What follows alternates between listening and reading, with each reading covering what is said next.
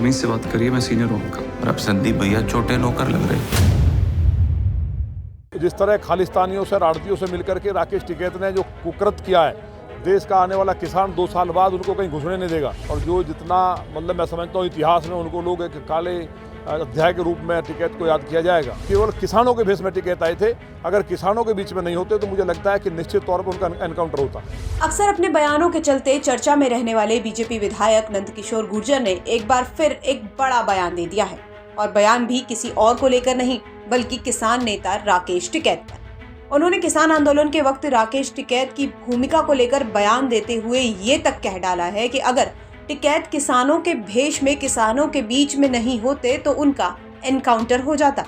दरअसल मामला बागपत के डगरपुर गांव का है, जहां आयोजित एक दंगल में लोनी के विधायक नंदकिशोर गुर्जर पहुंचे थे। बतौर मुख्य अतिथि उन्होंने इस कार्यक्रम में शिरकत की थी और इसके बाद उन्होंने पत्रकारों से बातचीत भी की।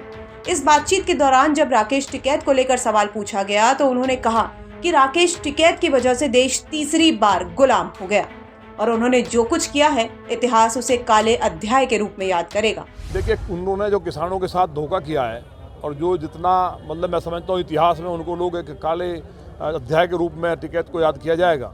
ये जो बिल था, अगर ये बिल आता तो किसानों की ज़िंदगी बदल जाती। माननीय प्रधानमंत्री जी जिस बिल को लाए थे, ये मुक्त हो जाता दुनिया के आड़तियों से। लेकिन जिस तरह खालिस्तानियों से, आड़तियों से मिलकर के राकेश टिकैत ने जो कुकृत किया है, देश का आने वाला किसान 2 साल बाद उनको कहीं घुसने नहीं देगा।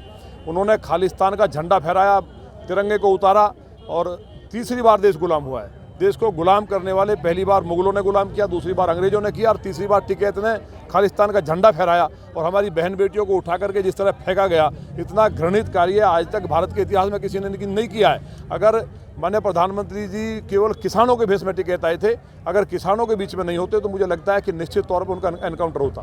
तो बीजेपी विधायक ने तीखे शब्दों में राकेश टिकैत की जमकर आलोचना कर दी है।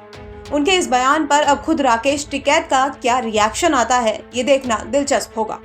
बागपत से दुष्यंत त्यागी की रिपोर्ट, यूपी तक।